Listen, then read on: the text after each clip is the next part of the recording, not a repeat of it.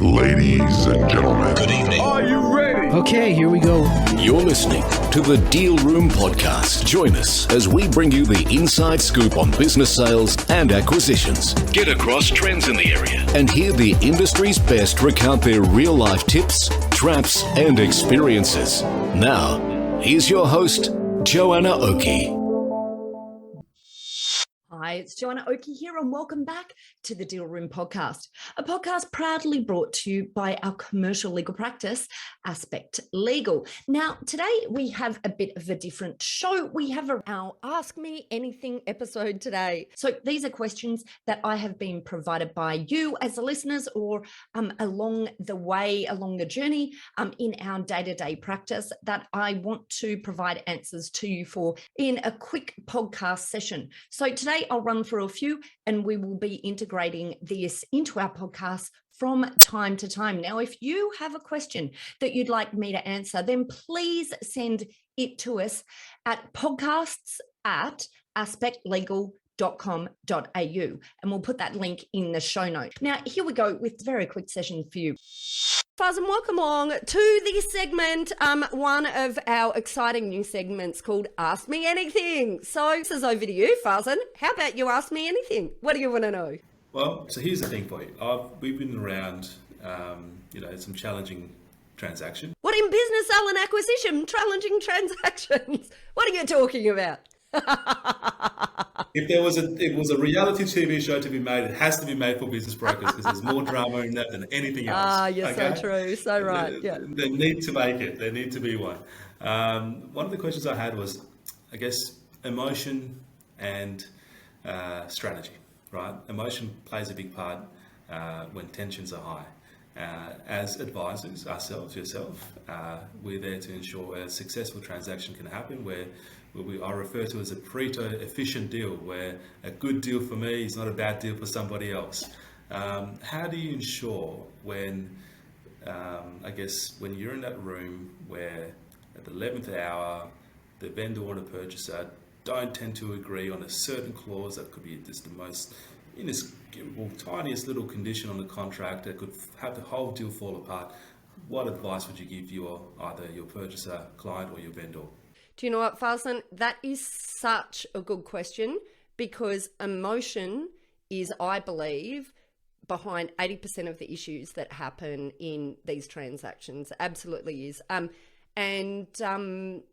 It's really interesting because I've thought about this topic a lot because I can see it happening a lot. And in fact, I have a keen interest in human psychology. So psychology was one of my majors next to law when I was studying, and I just loved it. And it's been the most useful education, I think, to support the work that I do in this industry, because understanding people is the key, I believe, to making transactions work. Understanding people and understanding process. There's two things here, and they're interlinked because I think the first thing is education. Buyers and sellers should be educated about the emotion that they're likely to face during a deal. For sellers, and we have a whole heap of different types of sellers.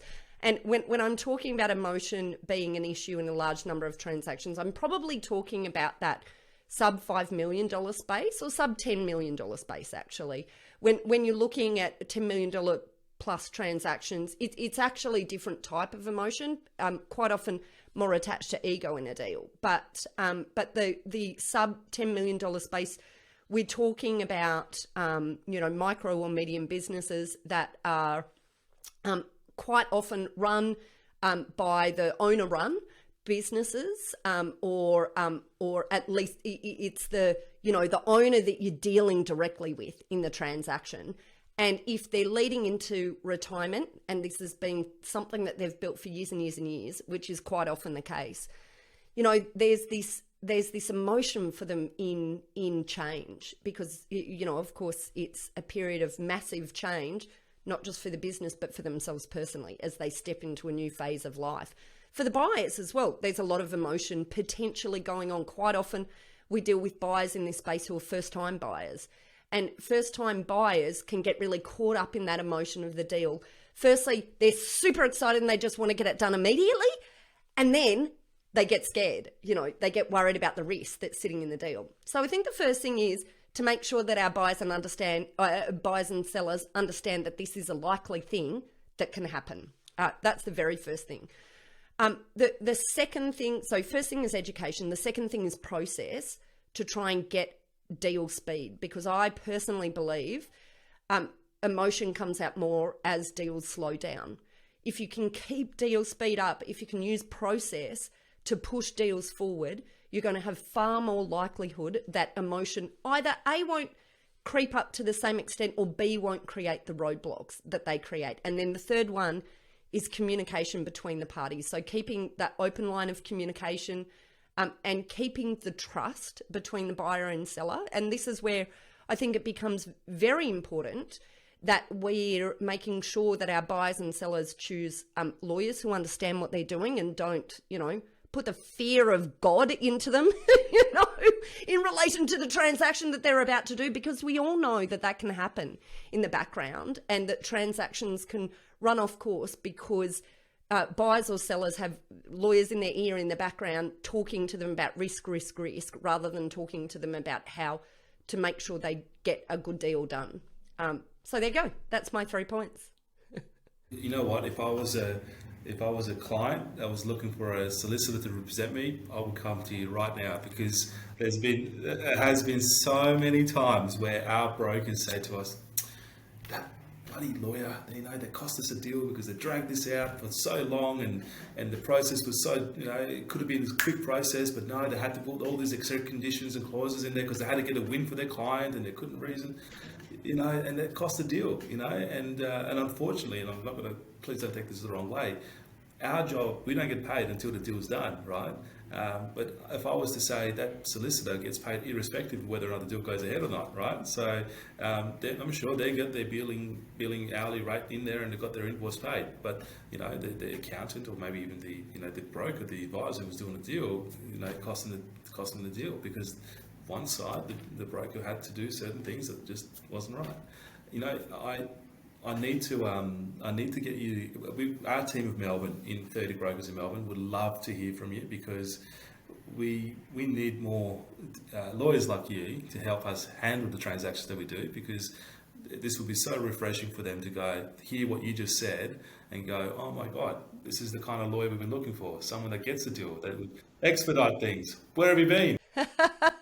Well, we try our hardest, but also, the first thing comes from, I guess, understanding, the industry we're in, the issues that can be created and how to try and get ahead of them.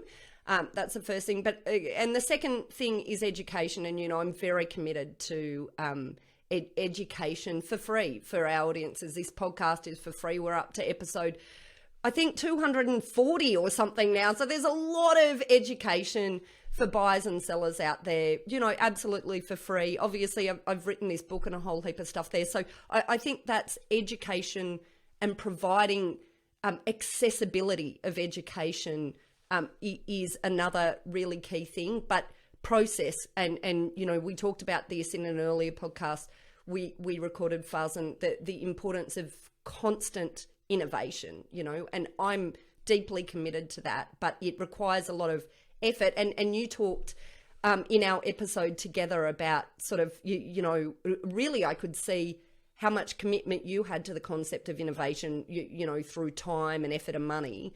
And we have that same commitment to innovation, and you can't innovate without that. But I absolutely believe that, to get to a great outcome for our clients, we must continue to innovate and make the process better. Couldn't agree more. Music to my ears. Wonderful, fabulous. Well, we've got 2 more minutes if you have a last Ask Me Anything, but you don't have to have a last Ask Me Anything. No, I'll go one. This is probably more from Emily than I am, because this was her idea. Okay, give me Emily's Ask Me Anything. I think Emily's heard my stories many, many times. So she's been in these meetings with me over the years. What I would ask you is, and I'll relate to this. What would you tell a 10-year youngest version of yourself 10 years from now? 10 years ago, what would you tell that person? What advice would you give them? Wow, I wasn't expecting we'd go there. And I just have to point out, Emily is also in our recording room. For anyone who's not sure, I'm not sure if Emily will make it to our recording videos or not, but just in case people are sitting there wondering, who's Emily that he's talking about? Okay, what would Emily wants to know? What would I tell myself 10 years ago? Oh, holy dooly, that's a really good one. Do you know what? I think the first one is back yourself. That's a really, that's a critical thing, isn't it? Because I think so many of us sit here and have ideas, but implementation of ideas requires commitment and a certain strength of belief that you can pull things through. So I absolutely think, and on that note, I was pulling up. I was working through with our team. We're working on our processes. I told you before, the processes are really important to me. We're working on our process. So I have the whole team together and we're working on the processes. And I unearthed something that I built about probably 6 years ago, maybe 5 or 6 years ago. And I just went, oh my God, like I built this. And then I had this moment of, oh, maybe that's not the right way to do it. Maybe, and a few people had sort of said, oh, I don't think this will work that way. I don't think. And so I stepped back from it, and so the message to myself 5 years ago, not 10 years ago, but 5 years ago would have been back yourself, commit to the process, because I know in looking at it, when I opened it up today, I just went, you know what, I was so on the right track there, and we're going to commit to finishing this right now, because that was 100% the right track. But I second guess myself, and I think great things come out of backing yourself. So do you know what? I'm going with backing yourself, and daring to think differently, and forcing yourself to think differently, but give yourself the space to be able to do that, because nothing can be created without the discipline, the time and the resources, so that's what I'd say. Amazing. Well done. That's amazing. Emily, did you hear all that? Emily's in the room nodding for anyone who can't see. Great work, Farzin. Thank you so much for coming into the Ask Me Anythings today. Thanks for having us. Appreciate it. Well, that's it for our Ask Me Anything episode today. I hope you found that useful. Now, we've got a few more of these style podcasts coming up soon.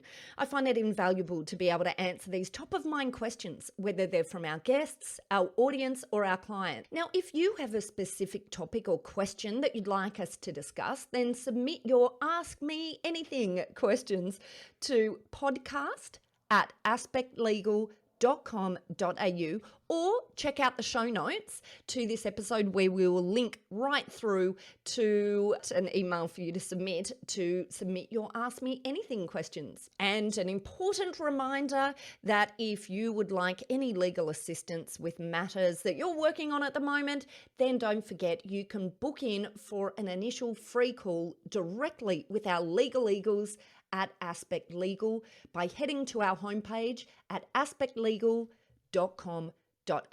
Well, that's it for me today. My name is Joanna Oakey, and you've been listening to another wonderful episode of our podcast, proudly brought to you by our commercial legal practice, Aspect Legal. See you next time.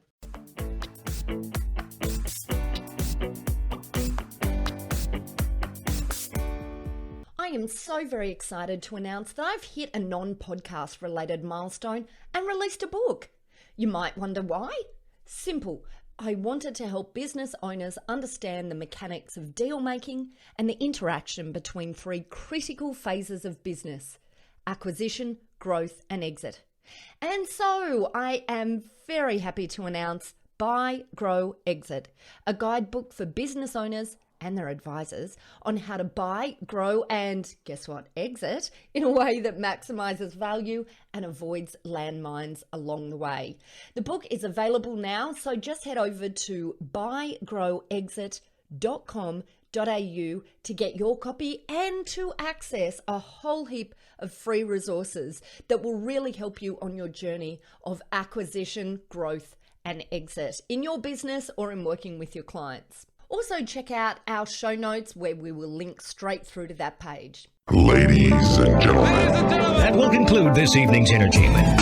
Thanks for listening to the Deal Room Podcast. To find out more about this episode and other episodes in the series, check out the show notes or head over to our website at thedealroompodcast.com.au.